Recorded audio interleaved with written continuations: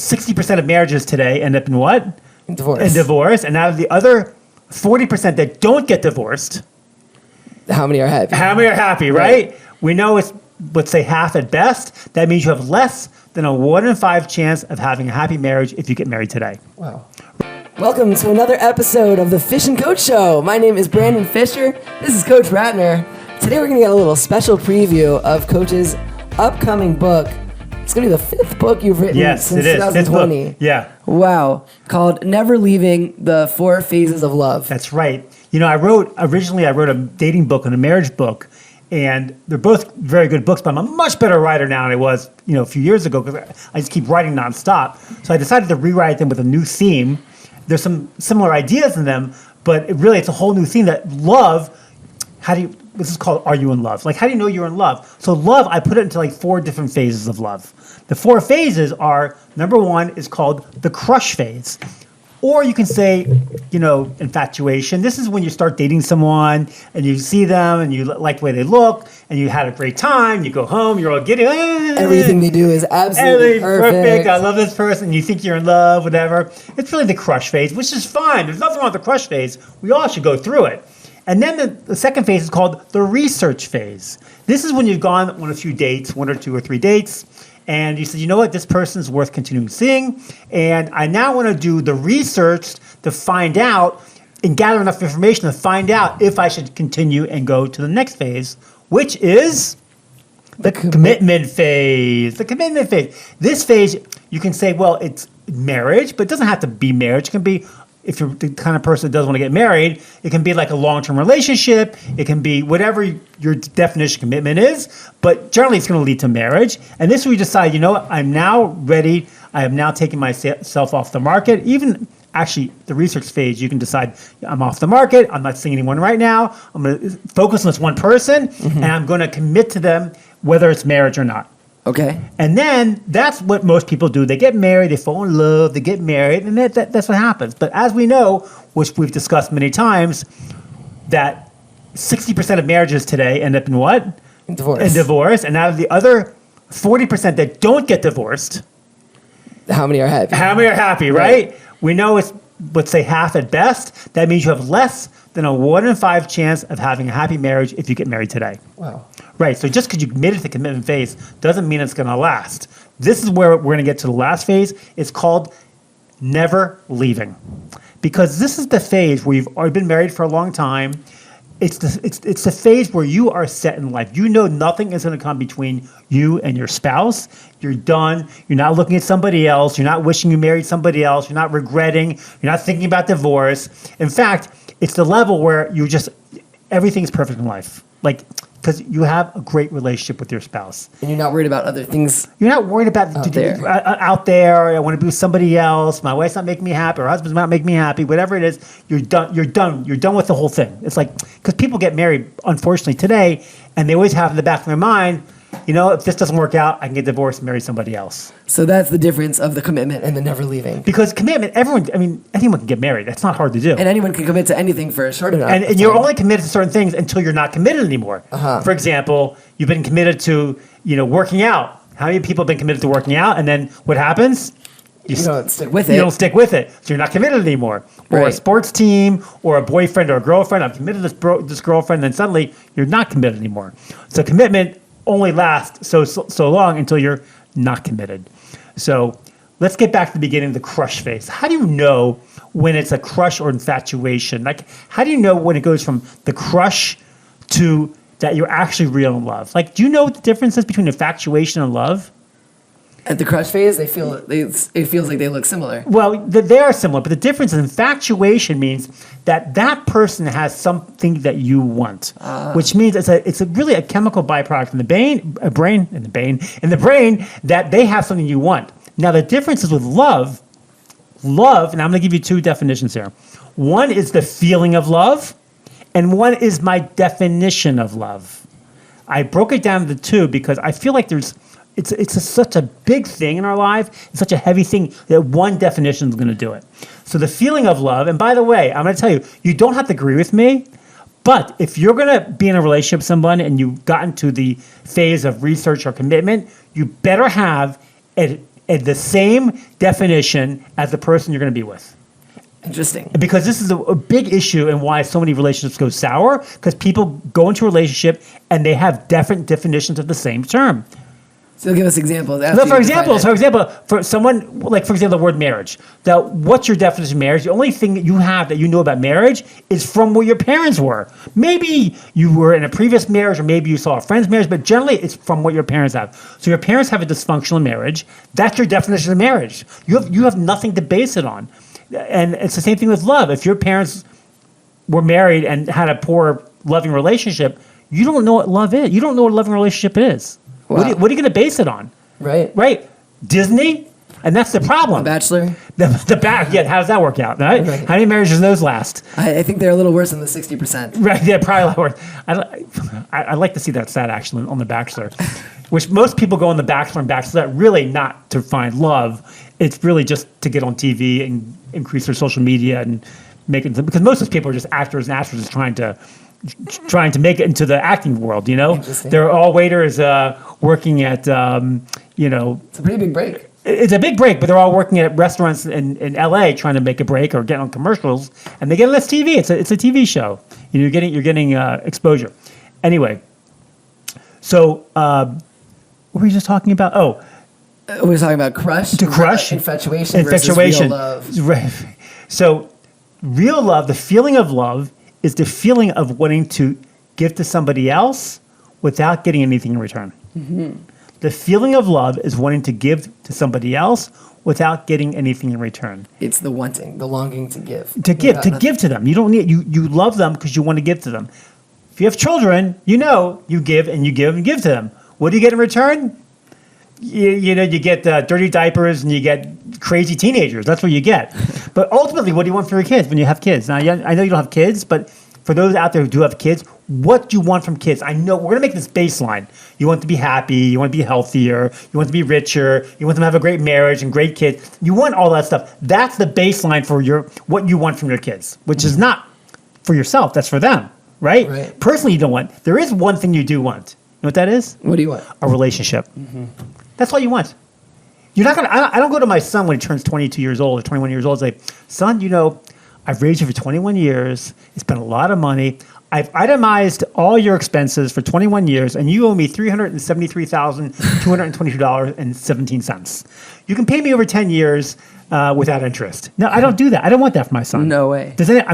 I've heard people doing this, but I don't know if it's true. Is that true? Do you think anyone does that?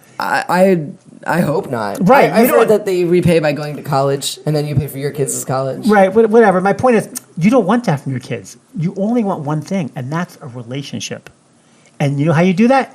By giving and giving and giving to nothing back. And that's what real love is. Right. When you know when you're in love, it's when you give to them, and you don't want anything back. Now, of course, a relationship's not like that. It's not going to last very long if you don't get anything back. You want them to give them to love you back. Right. This is why one of the 3 questions which we had a previous podcast on is before you get married, you have to ask this question: am I willing to make this person happy the rest of my life? Mm-hmm. Because when you make them happy, they'll make you happy. Oh, that's really good. Right? Can you be fooled into believing that you're getting a gift in the crush phase, and you're like, I don't really want anything back? I guess you'd find out very quickly based on the price. Find all the truth in relationships. Like anything in life, the truth always eventually comes out. Mm-hmm. If you know someone's faking it or is not really involved emotionally, their heart's not into a relationship, it's going to come out. You can only hide that kind of. There was a TV show, I don't know if it's still on anymore, called Survivor. Do you ever watch The Survivor? Maybe we used to love it when it first came on early, 20 years ago. I can't remember. So the thing about that show, you always have people come on the show. They're there on the island for like 40 days, I think. And they come on and they always try to hide if they have a bad personality or they have some issues, they always try to hide it.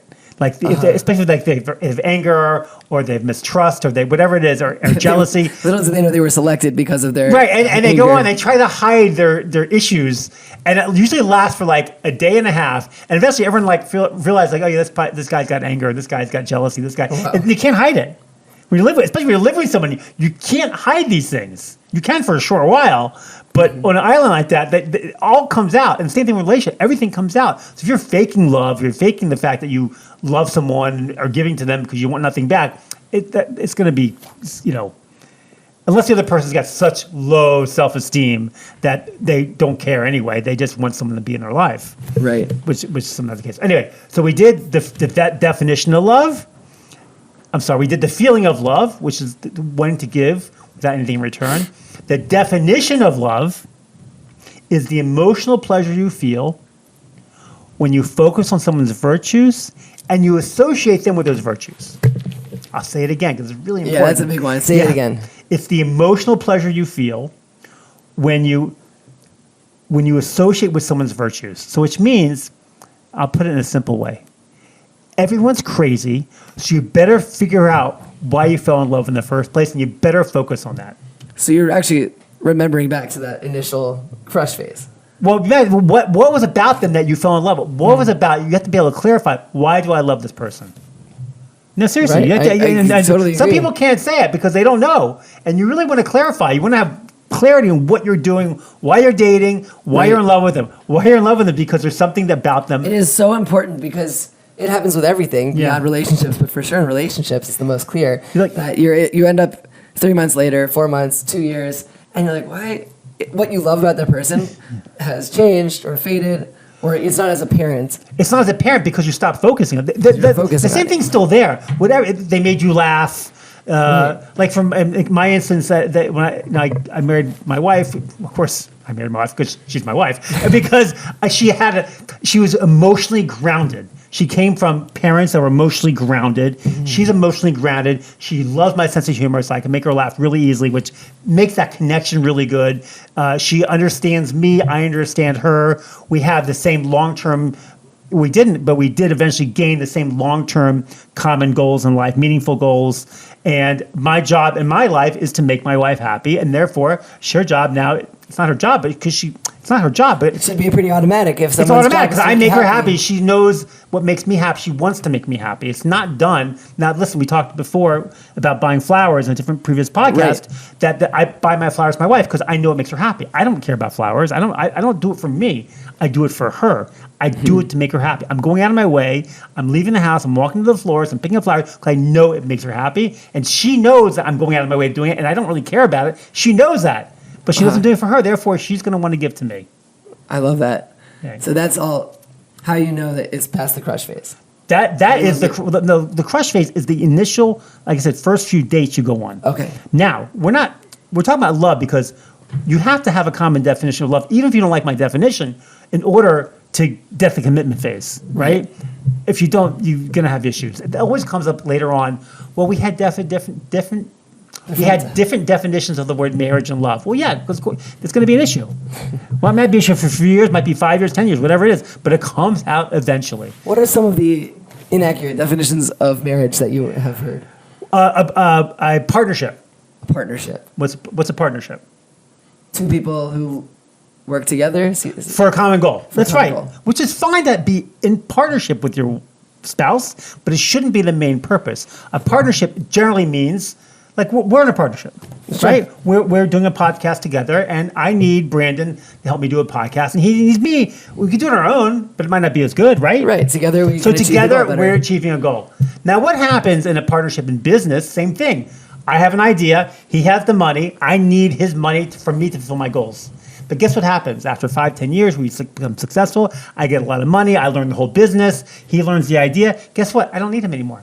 So what happens to most partnerships in business? They change. They end. They end up in court usually is what they end up suing each other because one partner doesn't feel like the other partner is doing his fair share. And it's very true. Now, in a relationship, in a marriage, how do you put a value on certain things? Like in a partnership, I know I'm coming with the idea. I'm coming with maybe some business acumen. He's got the money. Maybe he's got some business sense and business and some skills.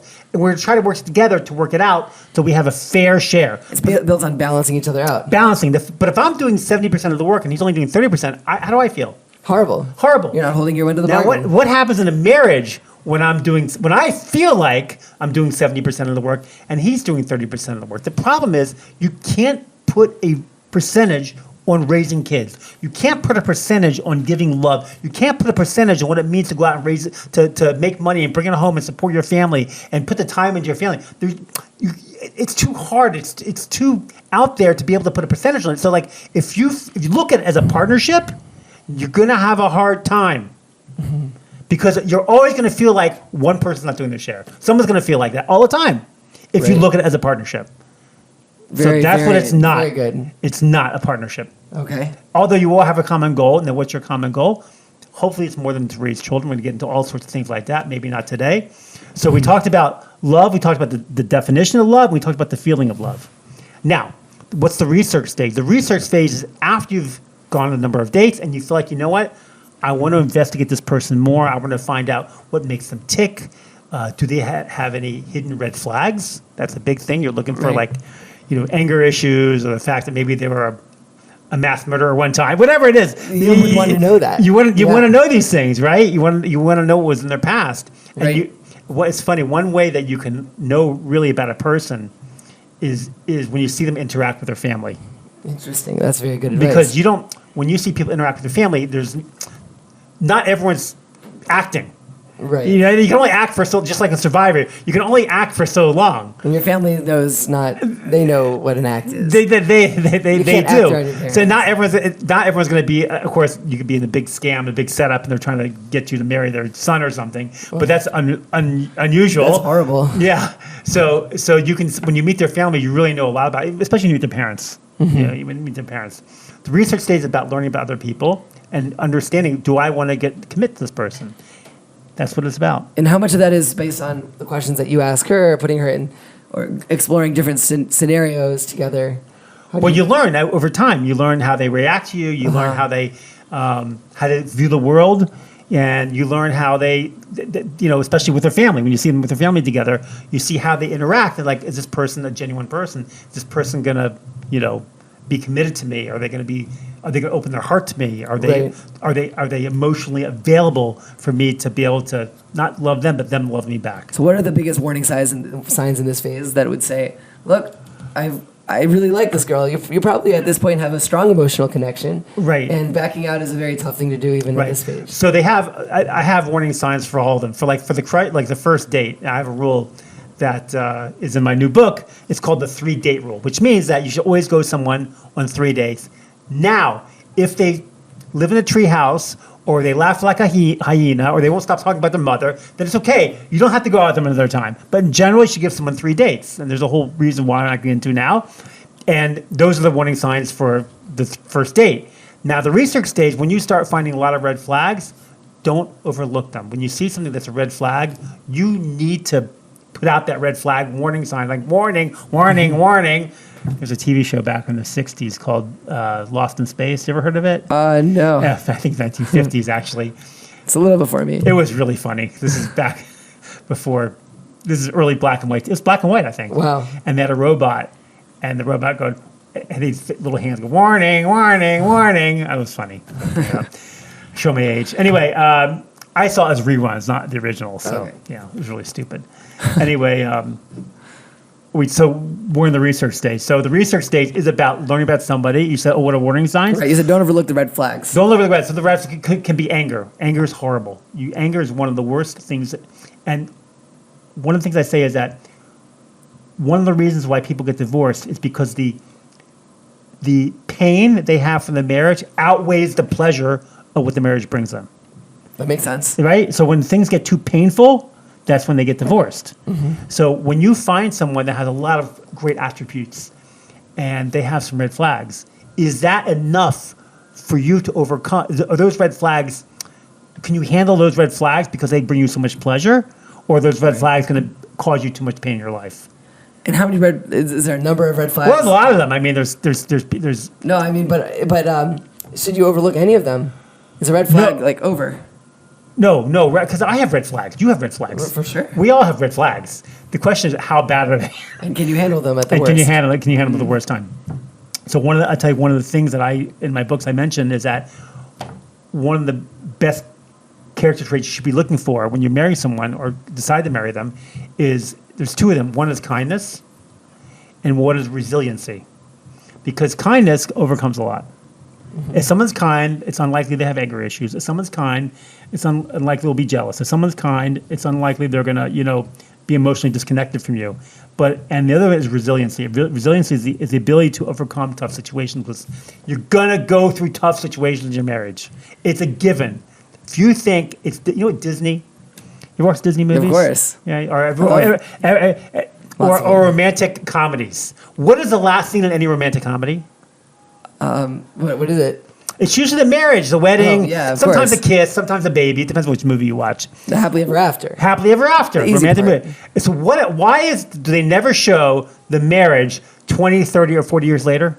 Because then they're going to have to start introducing some flaws. Because it'd be a murder mystery instead of romantic comedy. Whoops. Right? So that's the problem.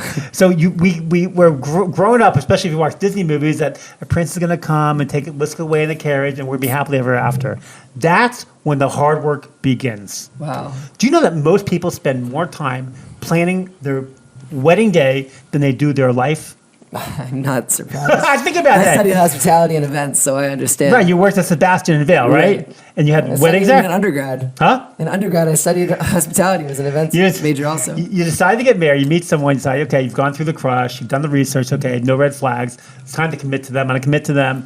Honey, do you want to get married? Oh, yes, I want to get married. Oh, when's our wedding be? Oh, we'll get married in June on a Saturday night. We'll go to this fancy hotel. We'll get you think about the flowers and the invitations and the band and the caterers and who's the invitation list, who's the ABC list, right? And what relatives you're not going to invite. Second cousins are not second cousins. And then you have to have the dress. And some people, obviously, some women have to go to like New York and try and get the Louboutin shoes and a Vera Wang dress and spend more money on the dress and the shoes than some people spend on their wedding, right? Whoa. I bet it's true, of course. It's true. It's totally true. And then they go to the wedding. How long does the wedding last? 4 hours? 5 hours max. 5 hours? 5 hours max. They spend more time planning the wedding than they do their life. Wow. And you wonder why so many people get divorced. Wow. Yeah, right? It's crazy. So then the person you date is that key towards the dream wedding. Well, this is why you have to have. We're not going to get into today, but the 4 questions you must ask before you get married, which we talked about in the previous podcast, is that you have to have common lifelong meaningful goals. You have to be willing to make them happy the rest of your life. You have to respect them.